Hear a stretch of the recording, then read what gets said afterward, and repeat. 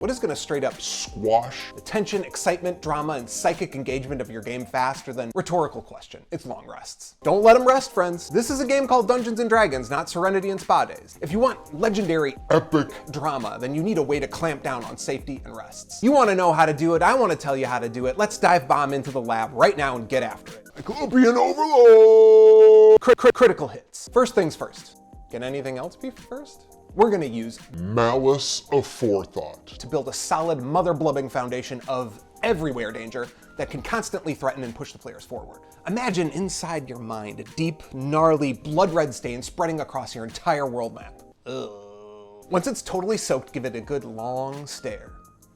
See all that dirty goop? That's danger. Now you can literally see the default setting of your world is not a peaceful campground just sitting with its hands in its lap waiting for the players to do something. It's alive with blood-red danger everywhere. Monsters, beasts, scheming, evil, greedy peoples, really prickly weeds. The dungeon is alive, outside the dungeon is alive, towns and cities, the road, the wilderness, they're all alive with malice aforethought. So when the players try to squeeze in a nappy nap whenever, wherever, you remember your super grody, danger-stained map, and you say, "Nuh-uh, snoozy cue." 10 minutes after you lay down a score of war badgers, that's right, I said it, a score of war badgers, saunter out from the forest and they look hangry. And now you can reload danger into your story, push the players forward literally whenever they try to stop and slow down the action.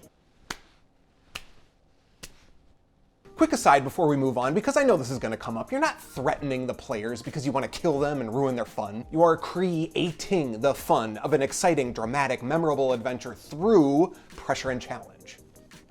Woe to the dungeon master who would seek to appease rather than provoke. Legendary deeds are born not from comfort, but struggle. It's in the book. A practical note as well, to go this route you need random encounters ready. Generators and tables are everywhere. Just have them ready before you start so you can flop it down onto the table when it's time to go. Now, what must be said, we really want to move the players to the next point in the story without any rest. Not glue up the game with a zillion random fights. Not to worry, you can implement danger that doesn't involve fighting battles. There's all kinds of shenanigans in the world that can bother the players and disrupt their sleep without fighting them. Insects, plants, microorganisms, inclement weather, eerie sounds, odors, psychic incursions, little undead mice biting at their toes. Anything you can imagine can create a sort of ambient antagonism that isn't an out-and-out hit point brawl. You can induce conditions, levels of exhaustion, needle them with almost meaningless but persistent damage. Point is, you're showing them that peaceful, immaculate sleep doesn't happen out in the dangerous world just 'cause. Or you can telegraph imminent danger. Instead of announcing the war badgers just show up and it's fight time, you can let them know that they smell or hear their approach, and now is their chance to get up, leave, and avoid battle. Again, the point is to drive them ahead without resting, but also doing that without inserting a fight every time. Good lord, this text be moving fast. Okay, we've learned to restrict space. Now we conquer the fourth dimension, time. When players get any task to complete, establish an imminent deadline. Cultists kidnap the constable's son and will sacrifice him in X amount of time. Days and hours are mechanically flabby, so toss those and go with rounds and scenes instead. A scene is more or less an encounter, a chunk of gameplay. So the sun will be sacrificed in D4 scenes. You know what, let them just go, man, I'm screwing up tons today. You know what, let me just go show you how it works on my circle pit slab back there. Okay, slap a big shiny timer down on the table so everybody can see. If the players retreat back to town, that eats a scene. Go somewhere else to find helpful loot, eats a scene. Lay down for a long rest, eats a scene. When the scene timer is all ate up, guess what? That constable's son dies. Whoa. Dad blames the players, drives them out of town in pain of death. Cult summons the big bad demon god they pray to. Big bad demon god comes out of the dungeon all, "I'm super hungry for blood!" And now everybody knows that the choice to delay comes with a price. Plus, let's be real kids, it's a fun price. It's not a campaign ending failure. The players aren't welcome in that town, and a blood-hungry demon god was loosed upon the countryside.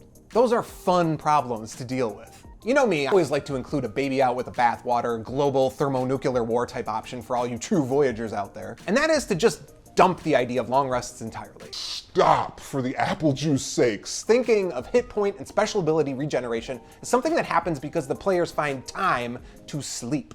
I don't know about you, but I have literally never had a night's sleep that was that good. Instead, recharging is something obtained from the properties of a special thing they interact with. You're familiar with this concept because it's basically the way that every video game models it. A special elixir, potion, plant, drug, spell scroll, artifact, cute glowy crystal. These things are consumable, i.e. they can only be used once, and you're in control of where they are, so you're in control of when and where they recharge. Which, by the way, is how the game is supposed to work. Clean design, easy to remember, and very concrete for players. There you have it, my friends. A few ideas to get a little more Overlord in your life and keep the cauldron boiling. If you have ideas about how to prevent the slow, inevitable decline of our once great civilization through the abuse of long rests, please go into the comments for the sake of all that is holy and light it up.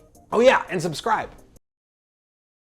Because you can never get tired of D&D. You just can't. And I've got to feed that beast, so let's do it together. Thank you so much for watching, and as always, remember, only the dead have seen the end of war. Get it? Only the dead? Enough of that. Stay ensorcelled, friends.